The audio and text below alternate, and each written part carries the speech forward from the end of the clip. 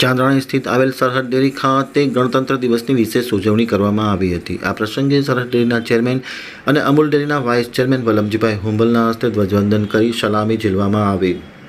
આઝાદીના અમૃત મહોત્સવની ઉજવણી થઈ છે ત્યારે ગણતંત્ર દિવસ નિમિત્તે ચાંદ્રાણી સ્થિત સરહદ ડેરી મિલ્ક પ્રોસેસિંગ પ્લાન્ટ ખાતે સરહદ ડેરીના ચેરમેન વલમજીભાઈ હુંબલ દ્વારા ત્રિરંગો લહેરાવવામાં આવ્યો હતો અને સલામી ઝીલવામાં આવી હતી। આ પ્રસંગે દૂધ ઉત્પાદક સંઘથી ડિસ્પેચ સુધીની ગુણવત્તા જાળવવા માટે ઉત્તમ ટેકનિકલ કામગીરી, જે ગામમાં દૂધ મંડળી ન હતી તેવા ગામમાં નવી દૂધ મંડળી શરૂ કરાવી દૂધ સંપાદન વધારવાની ઉત્તમ કામગીરી કરી છે તેમને બિરદાવવામાં આવ્યા હતા અને પ્રમાણપત્ર ટ્રોફી આપી કર્મચારીઓને સન્માનિત કરવામાં આવ્યા હતા।